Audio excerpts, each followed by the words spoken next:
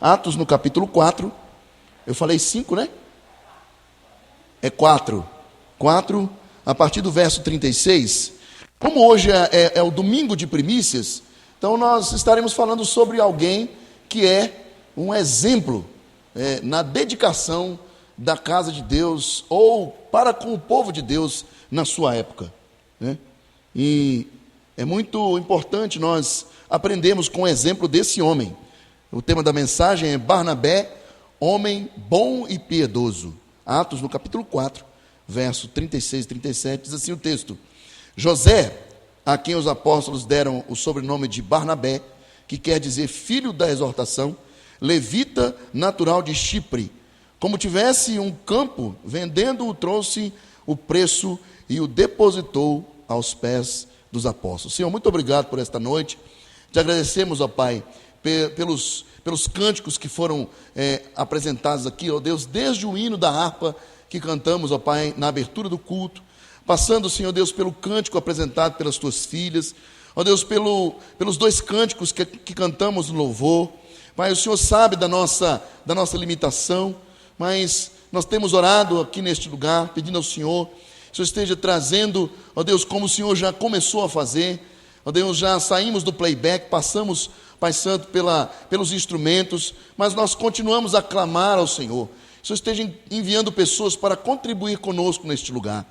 Deus, em nome de Jesus, nós oramos, agradecidos pelo teu povo neste lugar, pelas ovelhas do Senhor neste lugar. Muito obrigado, ó Deus, por cada membro desta igreja. Muito obrigado pelos homens, pelas mulheres, ó Deus, pelos nossos jovens que estão chegando, ó Deus, pelas nossas crianças. Te louvamos, ó Deus, por esta igreja, Senhor. Pai, que o Senhor esteja agindo, ó Deus, por teu Espírito neste lugar. Em nome de Jesus, nós cremos que o Senhor já está agindo, Pai. Muito obrigado, ó Deus, e nós oramos ao Senhor por esta palavra, ó Deus, que estaremos ministrando, que estaremos compartilhando com os teus filhos. Fala ao nosso coração, alimenta-nos nesta noite. Nós clamamos em nome de Jesus, pedindo a instrumentalidade do teu Espírito, para que tão somente o nome do Senhor seja glorificado. Fica conosco em nome de Jesus, para a glória do teu nome. Amém, irmãos? Podeis assentar. Que se formos voltar no capítulo 3, nós vamos ver que houve um milagre aqui no capítulo 3, operado por Pedro e João, o milagre, né, do paralítico, aquele texto que todos nós já conhecemos, e que nos conta a respeito de um homem que há 32 anos era colocado ali à porta do templo chamada Formosa, para que ele pudesse receber ali esmolas. E aí foi-lhe dirigido uma palavra diferente da que ele estava acostumado. Na verdade, não foi lhe dado uma esmola em valor financeiro, monetário, mas foi lhe dado algo muito superior. Foi realizado ali um milagre. Aquele homem, ele se levanta e entra. O texto diz que aquele homem, ele entrou saltando e dando glórias a Deus, acompanhado ali por Pedro e João, ou ele acompanhando Pedro e João, a porta do templo adentro, para glorificar o nome do Senhor, pelo milagre que Deus havia realizado na vida daquele homem. Mas, continuando aí a narrativa do texto, do capítulo 3, vai dizer que os dois foram interpelados, Pedro e João foram interpelados pelos líderes do Sinédrio, por causa daquele milagre. E aqueles homens foram pressionados a pararem de falar acerca do nome de Jesus e dos milagres que eles estavam dizendo ou atribuindo a Jesus. E eles foram até ameaçados. E no bloco de pensamento aí, a partir do verso 23 do capítulo 3, vai haver aí um momento de júbilo entre os irmãos que estavam esperando Pedro e João voltarem para casa. E eles contaram acerca do milagre que Jesus havia realizado na vida daquele homem. Também contaram acerca da maneira com que eles foram tratados pelos líderes do Sinédrio. E o texto vai dizer que eles fazem até menção de uma oração que Davi fez. A partir do verso 25 do capítulo 3, ele vai dizer assim: que dissestes por intermédio do Espírito Santo, por boca de Davi, nosso pai, teu servo, Por que se enfurecem os gentios e os povos imaginam coisas vãs? Levantaram-se os reis da terra e autoridades, ajuntaram-se a uma contra o Senhor e contra o seu ungido. Porque verdadeiramente se ajuntaram nesta cidade contra o teu santo servo Jesus, o qual ungistes, Herodes e Pôncio Pilatos, com os gentios e gente de Israel, para fazerem tudo o que a tua mão e o teu propósito predeterminaram. Então eles se alegraram ali diante dos irmãos, por causa dessa situação que foi provocada mediante um milagre realizado por Jesus, através da vida de Pedro e de João. E por que nós voltamos atrás? Porque no finalzinho do capítulo 4, ali a partir do verso 32, ele vai dizer, Lucas vai dizer assim, que da multidão dos que creram, era um coração e a alma do povo. Ninguém considerava exclusivamente sua nenhuma das coisas que possuíam. Tudo, porém, lhes era comum. Com grande poder, os apóstolos davam testemunho da ressurreição do Senhor Jesus, e em todos eles havia o quê? Abundância de graça. Pois nenhum necessitado havia entre eles, porquanto os que possuíam terras ou casas, vendendo-as, traziam os valores correspondentes e depositavam aos pés dos apóstolos. Então se distribuía a qualquer um à medida que alguém tinha o quê? Necessidade. E aí, a partir do verso 36, vai aparecer aí a figura de José, ou Barnabé, o chamado filho da consolação, ou a quem dissemos aqui no nosso tema, o homem bom e piedoso. Na história da igreja primitiva, meus irmãos, na qual estamos aqui começando, nos primeiros capítulos de Atos dos Apóstolos, é mencionado vários personagens. Acabamos de falar acerca de 2 aqui.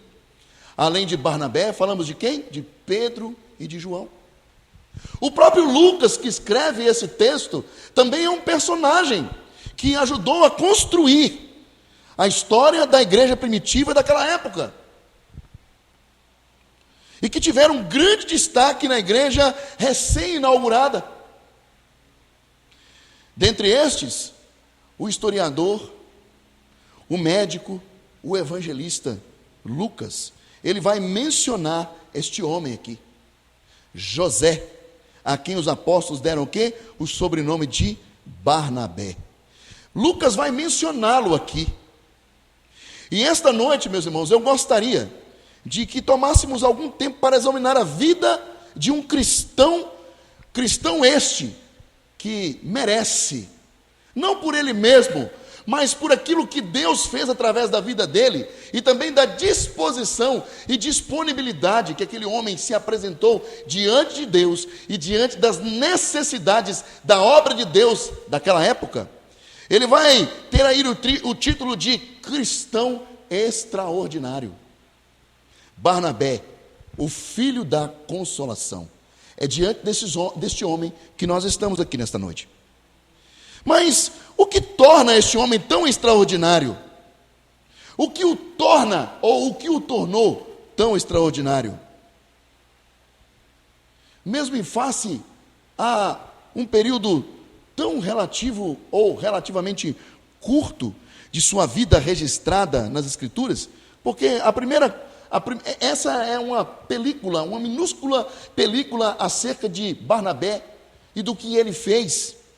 Foi tão curto aí a narrativa acerca do que ele fez, mas mesmo sendo curta a narrativa, ele vai exercer um impacto muito grande sobre a igreja e sobre as pessoas ao seu redor.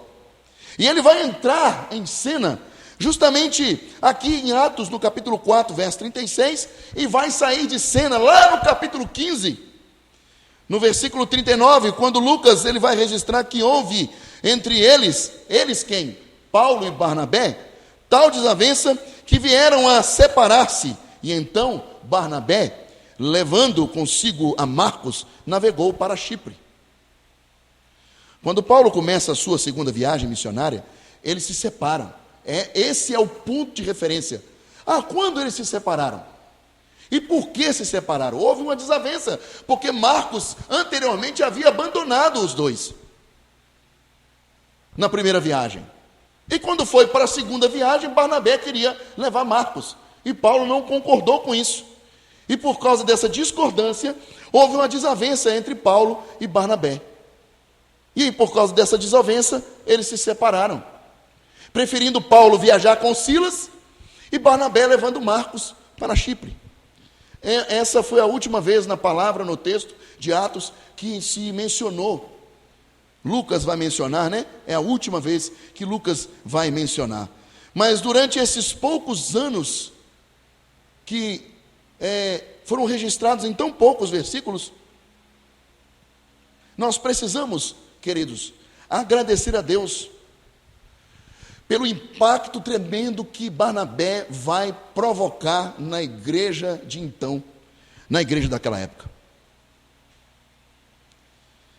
Barnabé é mencionado no Novo Testamento 29 vezes, todas com exceção de 5 delas em Atos, no capítulo 4 até 15.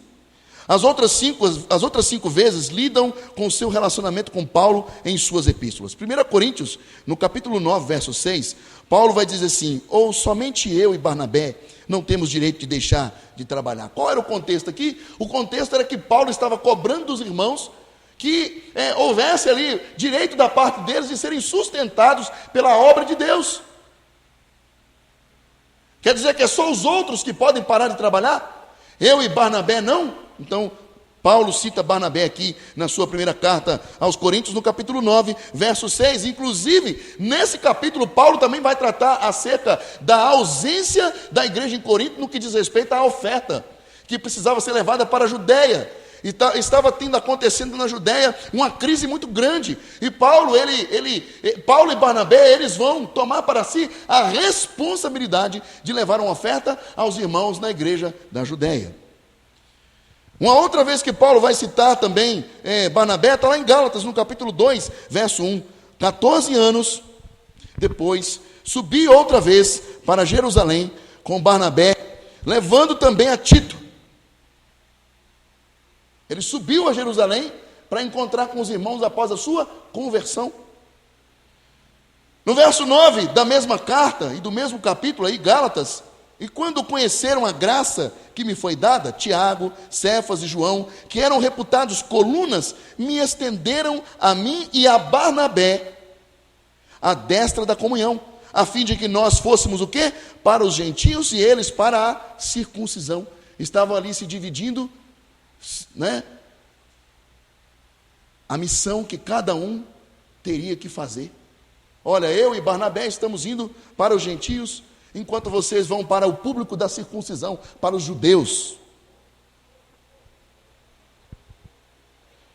No verso 13, também, de novo, ele vai citar acerca dessa presença importante de Barnabé na vida dele. Paulo, aqui ainda citando: e também os demais judeus dissimularam com ele, a ponto do próprio Barnabé ter se deixado levar pela dissimulação deles. Aí Paulo vai chegar para fazer uma correção a Barnabé. E em Colossenses, no capítulo 4, verso 10, Paulo vai citar de novo Barnabé numa saudação. Ele deixa registrado: saúdo-vos Aristarco, prisioneiro comigo, e Marcos, primo de Barnabé. Olha aí, Paulo trazendo aí ao nosso conhecimento o porquê dessa ligação de Barnabé com Marcos. Marcos era primo dele, sobre quem recebesse instruções: se ele for ter convosco, acolhei-o. Então nós estamos diante de uma pessoa ativa. Barnabé, como já falamos, é mencionado em várias partes do livro, sempre lembrado e colocado em destaque, em razão de sua atitude digna de um servo dedicado, envolvido com a obra de Deus, exemplo não somente para ser o quê? Observado, mas principalmente para que venhamos a reproduzi-los em nossa igreja. Um de seus importantes papéis foi quando a igreja, numa atitude de amor, levantava fundos para a ajuda aos necessitados. Lá estava ele presente, aqui no capítulo 4, no verso 36. José estava presente ali, ou Barnabé, estava ali disposto a ofertar, estava ali disposto a participar da dinâmica do reino naquele lugar. No capítulo 4, no verso 37, que lemos no início da nossa mensagem, vai estar registrado lá: como tivesse um campo, vendendo, trouxe o preço e o depositou aonde? Aos pés dos apóstolos. Sobre o termo um filho da consolação, John Wesley, ele vai fazer o seguinte comentário: não apenas por ter ajudado tão amplamente os pobres com a sua fortuna, guardem essa realidade, com a sua fortuna, mas também por dispor daqueles dons peculiares. Que dons são esses? Dons que foram dados pelo Espírito de Deus àquele homem, pelos quais ele era tão bem qualificado, tanto para consolar, quanto para o quê? Exortar. Quanto às riquezas de Barnabé, por ele ser um levita, e pela lei não poderia possuir bens, alguns historiadores vão afirmar que as suas posses estavam situadas na cidade de Chipre, cidade na região leste da Mesopotâmia. Ou seja, por ele ser um levita, ele não podia ter posses em Jerusalém. Mas como ele era natural de Chipre, ele tinha suas posses ali em Chipre. Mas mesmo estando fora, ele não negou a si mesmo a oportunidade de contribuir com a obra de Deus naquela época. Ao contrário, ele quis fazer com que as suas riquezas fossem não a mola mestra, mas pelo menos um dos parafusos que fazia parte ou que faz parte dessa estrutura poderosa que Deus montou, que é a igreja, que somos nós. A palavra de Deus fala assim que nós somos tijolos, que estamos sendo assentados em um edifício que está sendo edificado, construindo para a glória de Deus. Quando se fez necessário, ele também vai estender a sua mão de ajuda. Ajuda não somente financeira, mas principalmente de suporte. E a primeira pessoa que foi alvo de Barnabé, registrado na palavra de Deus, foi Saulo de Tarso, que veio se tornar o apóstolo Paulo. Quando novo convertido, ele recebeu da parte do Senhor o comissionamento para ser pregador do Evangelho. E lá estava Barnabé para dar o suporte a Saulo. Barnabé estava lá presente, servindo de apoio.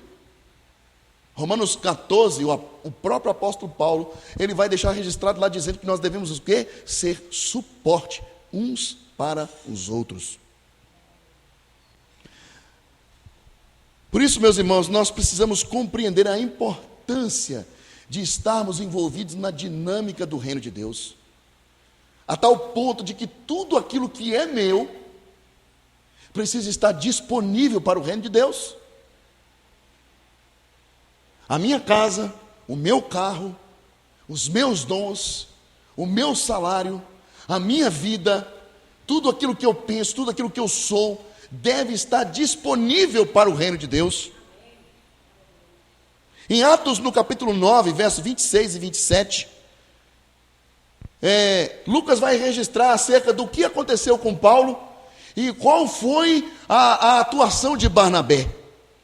Lá está escrito assim, olha, em Atos, no capítulo 9, 26 e 27, tendo Saulo chegado a Jerusalém, procurava juntar-se aos discípulos, mas todos o temiam, não crendo que ele havia se tornado discípulo. Então, Barnabé, tomando consigo,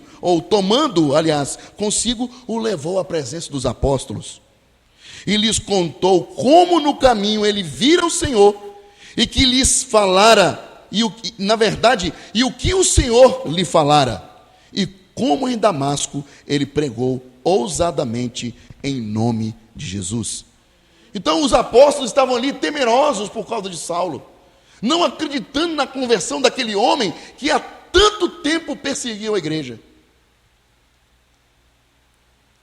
E Barnabé se colocando à disposição de Deus para ser um instrumento na vida daquele homem que havia se convertido, foi diante dos apóstolos para chancelar o testemunho, o real testemunho, ou o testemunho da real conversão do apóstolo Paulo. Quando a situação exigia a presença de alguém para a instrução, lá estava Barnabé, para que discipulasse os crentes. Em Atos, no capítulo 11, verso 24 a 25, vai estar escrito que, porque era homem bom, é o que nós falamos a respeito do tema da nossa mensagem, Barnabé, homem bom. Homem que recebeu da parte de Deus essa característica de ser bom. Que estava sempre acompanhado de pessoas boas, tementes a Deus, e que possuía essa bondade vinda de Deus. E que essa bondade era um instrumento, vamos dizer assim, a mola propulsora para que ele pudesse estar disponível ao reino de Deus. Porque ele era homem bom, cheio do Espírito Santo e de fé. E muita gente se uniu ao Senhor e partiu Barnabé para Tarso à procura de Saulo. O contexto aqui, meus irmãos, é que estava acontecendo um movimento na cidade de Antioquia. O Espírito de Deus estava convertendo pessoas ali. Então Barnabé foi chamado pelos apóstolos e enviado a Antioquia para confirmar a fé daqueles irmãos.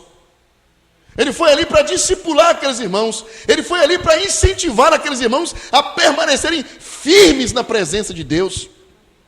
E por causa dessa atuação, e principalmente por causa da presença do Espírito de Deus na vida de Barnabé, muitos outros vieram a converter-se naquele lugar. E depois de ter terminado, e depois de ter concluído a obra, o texto vai dizer que logo após partiu Barnabé para Tarso à procura de Saulo. Então, meus irmãos, Barnabé fazia jus ao seu nome. Não foi à toa que ele recebeu tal nome dos discípulos. Seu nome tinha a ver com o seu caráter, com suas atitudes. Demonstravam ser alguém cheio, dominado pelo Espírito de Deus. Era alguém que participava, ou que praticava, aliás, a palavra de Deus na sua integralidade. Por isso, ele ficou em evidência. E diante de toda essa introdução que fizemos, existem algumas perguntas, meus queridos, que nós precisamos deixar registradas aqui. Não somente a nós que estamos aqui, mas principalmente para aqueles que vão nos acompanhar na internet. A primeira pergunta é: até que ponto estamos dispostos a impactar a igreja de Cristo?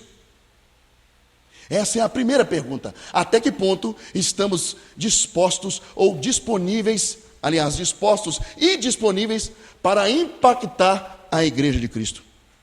A narrativa de Lucas, aliás, informa-nos em Atos, no capítulo 11, nos versos de 19 a 30, depois você lê lá, porque é uma leitura extensa, que os seguidores do Evangelho de Cristo, que foram espalhados, começando da morte de Estevão, e que estiveram na região da Fenícia, da ilha de Chipre e a cidade de Antioquia, foram anunciando a boa nova acerca de Cristo Jesus.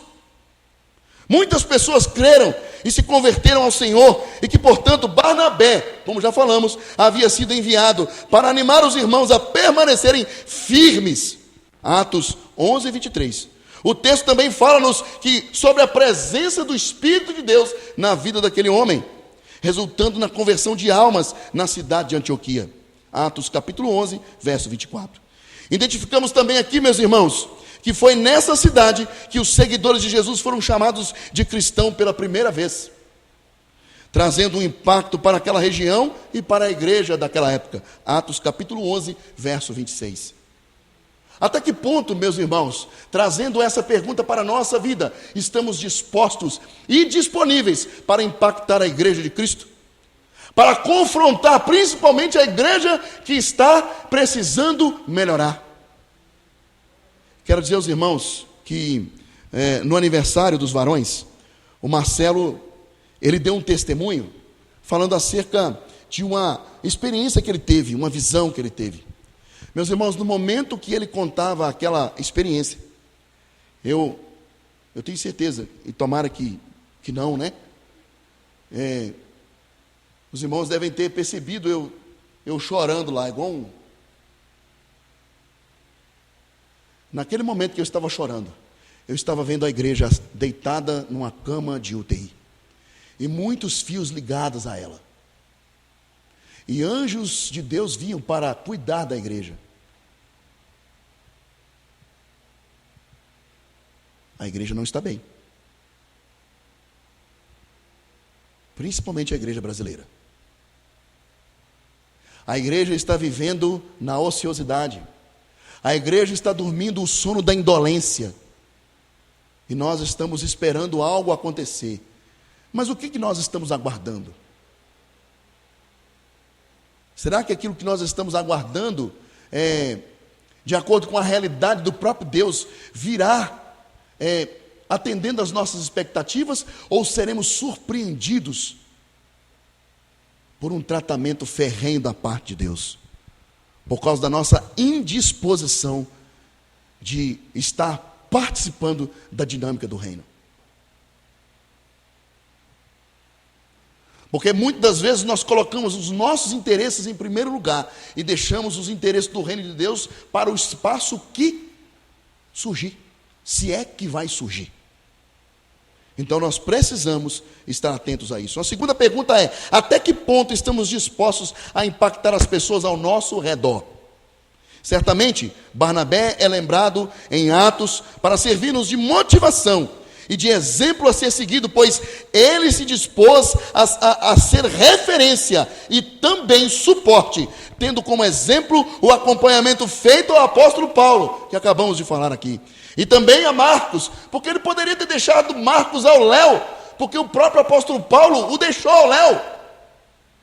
Naquele momento não serviu para ele, naquele momento seria um peso para ele, mas Barnabé não. Tomou Marcos e viajou com ele para Chipre para fazer ali a obra de Deus. Lá mais adiante o apóstolo Paulo vai registrar acerca da importância de Marcos e também de Barnabé como seu suporte. Portanto, meus irmãos, precisamos observar na vida desse servo de Deus, para que o evangelho de Deus que está na minha e na sua vida seja um instrumento poderoso, sendo em nós e através de nós, como um instrumento que Deus quer usar para impactar pessoas ao nosso redor. O pastor Cleilson fala muito a respeito do compromisso que muitos de nós temos com o politicamente correto.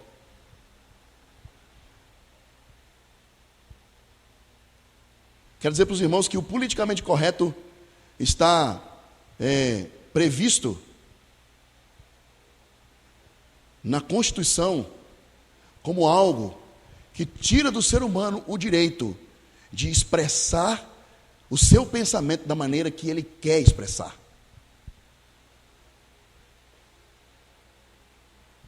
Existe um parágrafo exclusivo na Constituição Federal que trata da dignidade do ser humano e que engloba o direito do ser humano de expressar o seu pensamento da maneira com que ele quer expressar, principalmente se esse pensamento estiver baseado na verdade. A verdade tem que ser dita sem cortar a volta. Eu preciso arranjar um jeito de falar com ele para que ele não fique com raiva de mim. É isso que acontece conosco, quando a gente está diante de uma pessoa e precisamos falar a verdade para ela. E quando eu digo falar a verdade, não é porque nós estamos optando em falar a verdade em detrimento da mentira. Não! Eu estou dizendo que a verdade precisa ser apresentada para ele, porque ele está na mentira. Ele está no engano. E muitas vezes nós não queremos falar a verdade, para que não tenhamos o quê? O conflito ali. Para que nós não venhamos entrar num embate de ideias. Nós fugimos. Nós nos escondemos atrás do politicamente correto. Uma frase conhecida, né? Mais é aquilo que nos une do que o que nos separa. É o contrário. Mais é aquilo que nos separa do que aquilo que nos une. Se nós estamos querendo e desejosos, né? De que sejamos usados por Deus para impactar pessoas ao nosso redor. Precisamos estar disponíveis para que Deus nos use da maneira que Ele quer, e não da maneira que nós venhamos a querer ser usados. Até que ponto estamos dispostos, né, a impactar pessoas ao nosso redor? A terceira pergunta: até que ponto estamos dispostos a servir o reino de Deus com as nossas posses? Ele vai dizer de novo ali, falando a respeito da importância que ele dava para as suas posses, no cumprimento das necessidades do reino de Deus. Como tendo um campo, vendendo-o, trouxe o preço e o depositou aos pés dos apóstolos. Atos 4:37. A primeira coisa que lemos sobre ele foi um ato de doação. Primeira coisa, quando nós abrimos a Bíblia e vamos ler a respeito de Barnabé, a primeira coisa que se tem registrado é que ele estava o quê? Aparecendo na cena, vivenciando um ato de doação. Ele tinha terras que as vendeu e deu todo o dinheiro aos apóstolos. O cristianismo nos desafia, meus queridos, a vivermos uma vida de generosidade para com os outros. O segundo maior mandamento é amar o próximo como a nós mesmos, que segundo Jesus, na parábola do bom samaritano, é alguém a quem temos a oportunidade de fazer o quê? O bem. Lucas capítulo 10, versículos de 30 a 37. Os cristãos devem fazer o bem e compartilhar deste bem. Hebreus capítulo 13, verso 16, o autor vai deixar um alerta. Não negligencieis igualmente a prática do bem e a mútua cooperação, pois com tais sacrifícios Deus se compraz. Em 1 Timóteo, no capítulo 6, versos 18 a 19, Paulo vai aconselhar o jovem pastor, dizendo que ele deveria, ou aqueles a quem ele estava ensinando, que praticassem o bem e que fossem ricos de boas obras, generosos em dar e prontos a repartir, que acumulem para si mesmos tesouros eternos, sólidos fundamentos para o futuro, a fim de se apoderarem da verdadeira vida. Fala do ser rico e disposto a fazer o bem e a ser rico em boas obras, pronto a doar, dispostos a compartilhar. Estamos dispostos a compartilhar com os outros, assim como Barnabé foi? Portanto, precisamos, meus irmãos, atentar quando se nos apresenta uma oportunidade para sermos efetivamente cooperadores na obra de Deus. A exemplo de contribuirmos com missões, uma reunião de primícias como essa, principalmente quando separamos para Deus aquilo que é melhor. Outra, quando se abre a oportunidade de contribuirmos com a reforma do templo quando está acontecendo, a vida financeira da igreja com os nossos dízimos e ofertas, e outras coisas tais como assistência aos de dentro da nossa família espiritual, através de uma conversa, ou uma oração, e tantas outras coisas que nós, através da palavra de Deus, do exercício da vida cristã, passamos a possuir, que é a capacidade de dar o suporte. A palavra de Deus diz assim, que Deus faz com que o solitário habite em família. Tem pessoas que costumam ficar fora da igreja 2 domingos, e nós não sentimos falta. Não perguntamos, cadê fulano? O que aconteceu com ele? Será que está passando por algum problema? Será que ficou doente? Isso também é dar suporte, isso também é se doar. Foi para isso que fomos chamados. Concluindo, irmãos, Barnabé fez uma grande diferença na história do cristianismo, mais especificamente na vida da igreja primitiva. Hoje, precisamos e temos a necessidade de pessoas assim no meio da igreja, que estejam preocupadas em praticar o amor, o encorajamento, ou em colocar-se ao lado de um irmão no momento de necessidade e aflição. Que a graça de Deus nos ajude, nos motivando a seguir o exemplo deste homem, e que semelhantemente deixemos nossa marca na história e na vida da igreja. Possamos olhar para essas coisas, meus irmãos. Possamos submeter as nossas coisas, as nossas posses ao reino de Deus. Pastor, eu quero contribuir. Eu sei fazer algo, pastor. Eu queria contribuir. Irmãos, nós estamos aqui, tudo bem que nós estamos com 2 famílias viajando. O Jefferson e a Joyce viajou, e eu estou ali apanhando para aquela mesa. Estou ali, ao mesmo tempo, orando a Deus, pedindo a Deus para Deus mandar uma pessoa, ou de fora da igreja, ou que Deus levante um aqui no nosso meio, para nos ajudar. Aí, mas por que você passou a mesa lá para o fundo então? Já que estava mais perto aqui.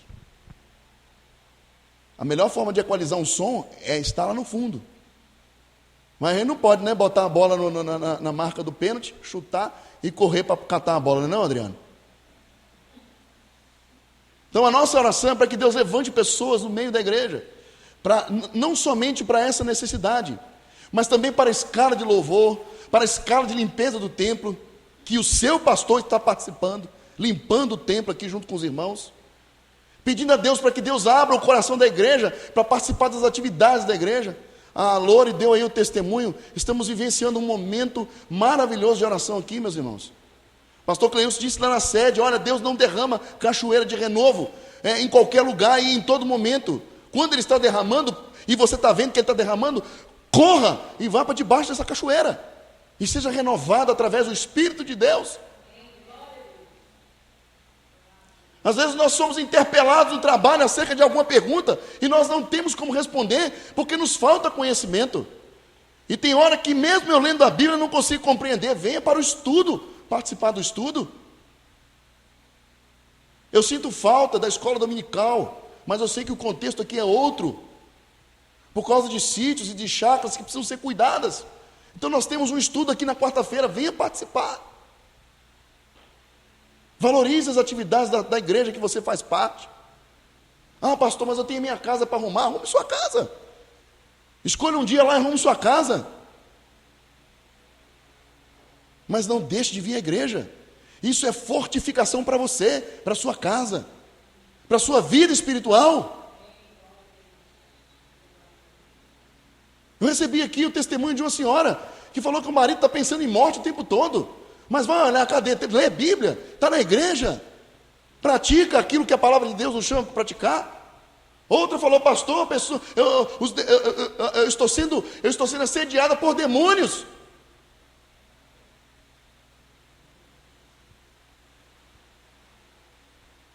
A casa, quando ela é adornada e não é ocupada, ela vai ser assediada mesmo por demônios. Irmãos, nós precisamos de orar, Jesus está voltando. Precisamos estar imbuídos na obra de Deus. Deus vai fazer uma reclamação através do profeta, dizendo assim, olha, enquanto a casa de vocês está adornada, pintada, enfeitada com o melhor dessa vida, a minha casa está em escombro. E aí, fazendo menção de novo da importância da comunhão, temos aí testemunhos, né, da importância de estarmos juntos, de estudarmos a palavra de Deus, de orarmos juntos, de estarmos aqui no culto. Você que faz parte do grupo, incentive outros. Irmão, você viu lá o aviso? Vamos para o culto, vamos para a igreja. Não deixe de estar na igreja, na casa de Deus. Eu tenho certeza que quando você sai daqui renovado, fortalecido. Não é porque o pastor pregou, ou porque a Leila cantou, ou porque a Lore ministrou, dirigiu, outros aqui, é porque o Espírito de Deus se faz presente e renova você, renova a nossa vida, renova a igreja, para que possamos ter força para continuar a caminhada, porque não é fácil. E até Jesus Cristo voltar vai ser assim, e a tendência é piorar. Amém? Que Deus em Cristo abençoe a sua vida, abençoe a sua família, a sua casa, e que você tenha uma excelente semana, uma semana de vitória. E toda vez quando eu falo assim, que você tem uma semana de vitória, eu lembro do irmão lá em Belo Horizonte, que falou: ô pastor, não desejo para nós uma semana de vitória não, porque senão vai vir luta. Complicado isso, né? Você ouviu um negócio desse? É complicado. Você quer vencer e não quer ter luta? Você só quer a vitória, você não quer ter luta. É igual as músicas que a gente escuta por aí, é só vitória, é só vitória, é só vitória. É sabor de mel, sabor de mel. Mentira, isso é mentira. Não existe só vitória. E quem diz que a vida cristã é sabor de mel? A vida cristã é amarga, irmãos. A caminhada é dura. Jesus disse isso. No mundo tereis aflições. Mas Paulo falou assim: olha, do outro lado está guardado, ou me espera, a coroa da vida, a qual o Senhor, o justo Senhor, me prometeu. E não somente a mim, mas a todos quanto amam a volta do Senhor. Existem lutas? Existe. Mas o Senhor já teve e já nos deu vitória sobre todas elas. Amém?